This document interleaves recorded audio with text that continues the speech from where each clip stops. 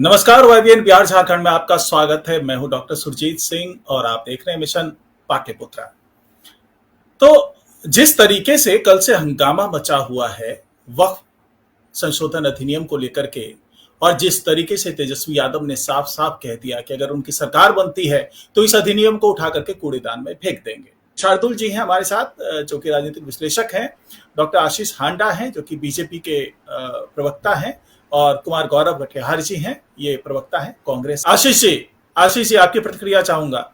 मुझे सबसे पहले कुछ अपना विषय रखना है जो आज की डिबेट से संबंधित है, क्योंकि हमारे कुमार भैया तो पता नहीं कहां कहां भटक रहे हैं। जो डिबेट का टॉपिक है उसके ऊपर रहते हुए मैं बात करूंगा सबसे पहले तो, उसके बाद मैं इनकी कही हुई बातों के ऊपर भी प्रतिक्रिया दूंगा। देखिएगा, यहाँ पे जो इस समय जो तेजस्वी जी ने जो ये बयान दिया है, ये बयान को बड़े ध्यान से मैंने पढ़ा, समझा, तो मुझे इसमें समझ में आया। मुझे 5-6 बातें समझ में आई मुझे, जो आपके दर्शकों के बेनिफिट के लिए मैं शेयर करता हूं।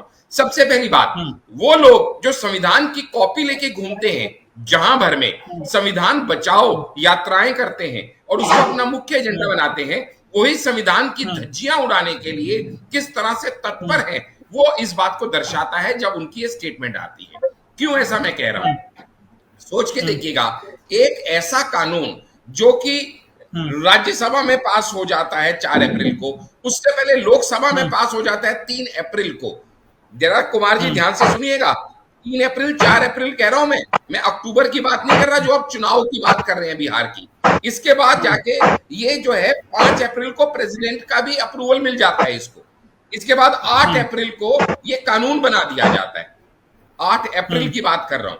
अभी मुझे बताइएगा कि जब एक संवैधानिक तरीके से दोनों हाउसेस में पास होने के बाद, प्रेसिडेंट के अप्रूवल के बाद एक पर्टिकुलर बिल पास होके लॉ बन गया, तो जो लॉ पार्लियामेंट में पास हुआ, कौन सी राज्य सरकार की इतनी औकात है कि वो उसको कंडम कर सकती है? ऑलरेडी हक जी ने इसके ऊपर आपको ज्ञान देने का प्रयास किया, लेकिन आपकी समझ में नहीं आ रही। यानी पहली बात, अब ये क्यों हुआ भाई? 9वीं पास जो बंदा है, 10वीं में पढ़ाई जाती है कॉन्स्टिट्यूशन के बारे में। मेरा बेटा 10वीं में है, सब बताते हैं कॉन्स्टिट्यूशन क्या है, पार्लियामेंट क्या है, पार्लियामेंट की पावर क्या है। जो बंदा 10वीं में गया ही नहीं, उसको पता ही नहीं है कि कॉन्स्टिट्यूशन कैसे वर्क करती है और किस तरह से पार्लियामेंट के बनाई चीजों को राज्य सरकार हटा सकते नहीं हटा सकते। ये उस बेचारे की कुछ कमजोरियां हैं जो सारे इस समय जनता देख रही है। दूसरी बात, यहाँ पे ये भी हमें देखना होगा कि ये एक मुस्लिम अपीजमेंट का किस तरह से उन्होंने कार्ड चलने का प्रयास किया है। एक समुदाय विशेष को खुश करने के लिए उन्होंने सिर्फ ये बात कही है। वो भी जानते हैं कि वो ये कर नहीं सकते, लेकिन जिस समुदाय विशेष का वो वोट पाना चाहते हैं, वो उनको भी ठगने से बाज नहीं आ रहे। ऐसे वादे कर रहे हैं जो वो जिंदगी में पूरा ही नहीं कर सकते। सोचिएगा कितना बड़ा दगा है उस लोगों के साथ जो उनको विश्वास करके अगर सत्ता में लाए। अगर कहना तो पॉसिबल ही नहीं है, लेकिन फिर भी इससे उनकी मानसिकता पता चलती है कि वो अपनों को भी ठगने से बाज नहीं आ रहे हैं। तीसरी बात ये समझिएगा, यहाँ पे जो हम बिहार के लोगों को मिसलीड कर रहे हैं ये कह के कि भी हम कल को ऐसा कर देंगे, ये झूठे वादे नहीं है, ये उनके विश्वास से खेलना है। आप ये सोचिएगा कि जब आप ये भूल जाते हैं कि जो बिहार की जनता है ना, वो बुद्ध की धरती है, बुद्धू लोगों की धरती नहीं है, जिनको आप इस तरह की बातें और मीडिया और आप जैसे चैनलों में प्रमुखता से जब ये सारी डिबेट्स आती हैं तो अपने आप लोगों की आंखें खुलती हैं। भाई ये कर ही नहीं सकते, क्यों तुम केजरीवाल की लाइन पे चल के ऐसी बातें कर रहे हो? उसके बाद समझिएगा ये वो क्यों कर रहे हैं, क्योंकि उनका जो एक आइडियोलॉजी रही है ना आरजेडी की, वो MY आइडियोलॉजी रही है, मुस्लिम यादव वोट बैंक को कंसोलिडेट करने की। अब उन्हें पता चल रहा है धीरे धीरे उनके पैरों तले जमीन खिसक रही है। प्री पोल डाटा एनालिसिस हर पार्टी कराती है, उनके पास भी रिजल्ट आ रहे हैं और उन्हें पता है कि इस समय एनडीए प्रचंड बहुमत के साथ जीतने जा रही है, क्योंकि जनता देख रही है कि जो लोग सीट बंटवारा नहीं कर पा रहे हैं, पहली नॉमिनेशन हो गई, दूसरी नॉमिनेशन हो गई, सीट बंटवारा नहीं हो पा रहा, भगवान ना करे कल को अगर ये जीत गए तो ये पोर्टफोलियो बंटवारा क्या करेंगे? ये मिनिस्टर। लेकिन आशीष से लास्ट 10 सेकंड एक बात मेरी ले लीजिए, बस मैं आपको मौका दूंगा, फिर मैं आपसे ही सवाल कर रहा हूं। आशीष जी, आप ये जो आरोप लगा रहे हैं कि ये लोग सीट नहीं बांट पाते, ये लोग पोर्टफोलियो नहीं बांट पाएंगे, तो सवाल तो यही कर रहे हैं कुमार गौरव जी कि बांटने में बड़े चतुर हैं बीजेपी वाले, चाहे वो सीट बांटने की बात हो या हिंदू मुस्लिम को बांटने की बात हो, यही तो आरोप लगा रहे हैं। यही तो समझ नहीं पा रहे हैं हाँ, कुमार जी हाँ, यही नहीं समझ पा रहे कि मोदी जो है ना, मोदी दलों को हैक नहीं करता, मोदी दिलों को हैक करता है। और बिहार की जनता भली भांति जानती है कि उसको कर्मयोगी चाहिए या सत्ता भोगी चाहिए, इसलिए इनका कहीं दूर दूर तक नामो निशान नहीं है। लेकिन मैं आपको एक बात और बता दूं, ये जो कर रहे हैं ये डैमेज कंट्रोल के रूप में कर रहे हैं तेजस्वी जी। क्यों? क्योंकि जब 19% जिनकी मुस्लिम पॉपुलेशन वहां पे जिनकी रिप्रेजेंटेशन है, उनका डिप्टी सीएम नहीं देके जब उन्होंने एक ऐसा डिप्टी सीएम दे दिया जिसकी कंट्रीब्यूशन मात्र 2% है, तो अब वो चीज बैकफायर कर रही है और कहीं ना कहीं वो डैमेज कंट्रोल करने के लिए वो अनाप शनाप कुछ भी उल्टे सीधे बयान दे रहे हैं। अच्छा, दूसरी बात, अब कुमार जी ने जो बात कही, कुमार जी ने 2 इल्जाम हमारे ऊपर लगाए कि भाई एक तो हम शुरू से इसका विरोध करते आए हैं। अरे विरोध कर तुम करोगे, तुम उस पार्टी के कार्यकर्ता हो जिस पार्टी का सर्वोसर्वा अपने ही बड़े नेताओं के मुंह पे उनके पास किए हुए बिल यूं फाड़ के यूं उछाल दिया करता है, तो तुम कहां से सम्मान करोगे अपने बड़ों का या संविधान का या संवैधानिक प्रक्रिया का? तुमने कोई ऐसी संवैधानिक संस्था छोड़ी नहीं जिसके ऊपर तुमने इल्जाम नहीं दिया हो, चाहे वो कोर्ट्स हो, चाहे वो इलेक्शन कमीशन हो, चाहे वो ईडी हो, सीबीआई हो, कुछ भी हो। तुमने तुम्हारा तो एक ही है, ना खाता ना भाई, जो गांधी परिवार के लोग कहें वही सही। भैया ऐसे नहीं होगा, ये रोम की संस्कृति से ये देश नहीं चलेगा, ये राम की संस्कृति से चलेगा। और सबसे बड़ी बात, इन्होंने ये जो कहा कि बीजेपी ये लेके आई, चुनाव के टाइम पे लेके आई, मैंने अभी आपको डेट्स बता दी, अप्रैल 3, 4, 5, 6 अप्रैल को ये सारा प्रोसेस कंप्लीट हुआ। तब कौन सा बिहार का इलेक्शन था? और दूसरी बात, अभी क्या हमने तेजस्वी के मुंह में हाथ डाल के कहा कि भैया इस मुद्दे को तुम छेड़ो, जो अब हम हिंदू अपीजमेंट या इस तरह का कुछ फायदा उठाने का प्रयास करें? अगर तुम्हारे नेता खुद सेल्फ कंट्रोल कर रहे हैं तो उसके लिए हम इल्जाम के कैसे भागीदार बन सकते हैं? अब ठीक है, आशीष जी को टाइम दीजिए। आशीष जी बताइए। देखिएगा, मैं सबसे पहले तो यहाँ पे घोर ऐतराज करूंगा। मैं बहुत ही स्पेसिफिक टू द पॉइंट बात करने वाला आदमी हूं। डिबेट का एक टॉपिक होता है और हमारे यहाँ पे कुमार गौरव जी को उस टॉपिक के अलावा हर टॉपिक पे बात करनी है। कोई उनको याद दिला दे या उनको दोबारा व्हाट्सएप कर दिया जाए कि डिबेट का टॉपिक क्या है, पहली बात। दूसरी बात, जब ये बेसिर पैर की बातें करते हैं, इनको इतना फर्क नहीं पता कि यहां पे एक संवैधानिक पद पे बैठा व्यक्ति कोई बयान देता है, गलत या सही वो एक अलग विषय है, ये एक अलग टॉपिक है कि संविधान पे बैठे व्यक्ति ने कोई बयान दिया, जैसे ये कुछ बीजेपी के नेताओं के नाम ले रहे हैं। लेकिन यहां मुद्दा क्या है कि एक खुद को मुख्यमंत्री, स्वयं को मुख्यमंत्री घोषित करने वाला कैंडिडेट जो उप मुख्यमंत्री भी रह चुका है, यानी एक जिम्मेवार व्यक्ति है, वो संविधान की धज्जियां उड़ा रहा है, क्योंकि जो संविधान से पास किया हुआ, गृह मंत्री ने हिंदू मुस्लिम तक किया है। बोलिएगा, आप अपनी बारी में बोलिए, मैं आपकी बारी में नहीं बोला। जब संविधान से पास किया हुआ एक लॉ बन चुका है जिसको प्रेसिडेंट का अप्रूवल मिला हुआ है, दोनों हाउसेस से पास हुआ है, आप उसको कूड़ेदान में फेंकने की बात कर रहे हैं, जबकि आपके पिताजी की भी औकात नहीं है कि उसको कूड़ेदान में फेंक सकें, क्योंकि कोई स्टेट गवर्नमेंट ये कर ही नहीं सकती।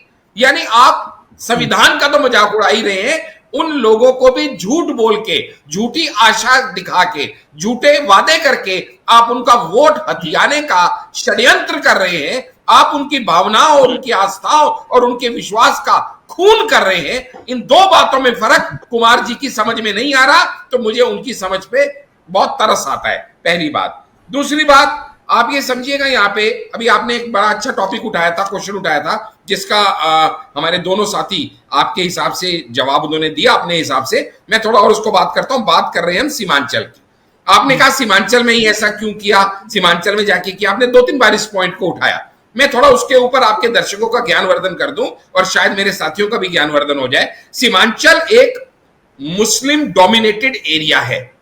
क्यों है, कैसे, मैं अभी प्रूव कर दूंगा, इसमें कोई अतिशोक्ति नहीं है। 24 सीटें हैं वहां पे इस बार सीमांचल की, जिनके ऊपर इलेक्शन होना है।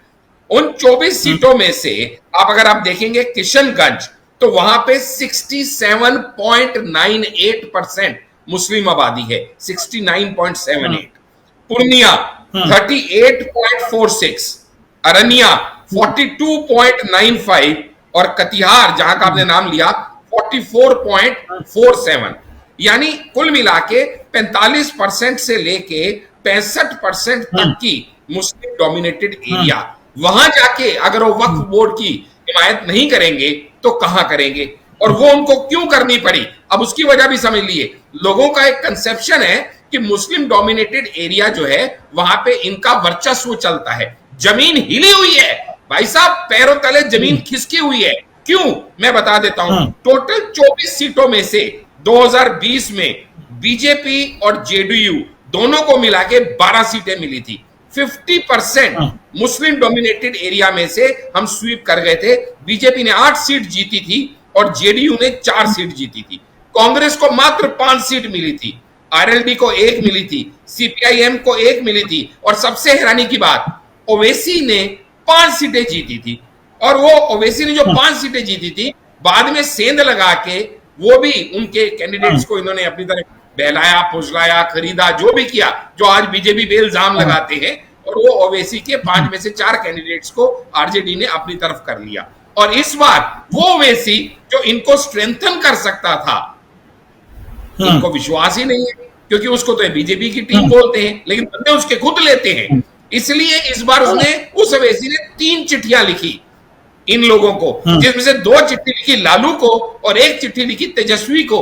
लेकिन इन्होंने तीनों चिट्ठियों के उसको जवाब नहीं दिए, जिसकी वजह से अब इनके पैरों तले और जमीन खिसकी हुई है।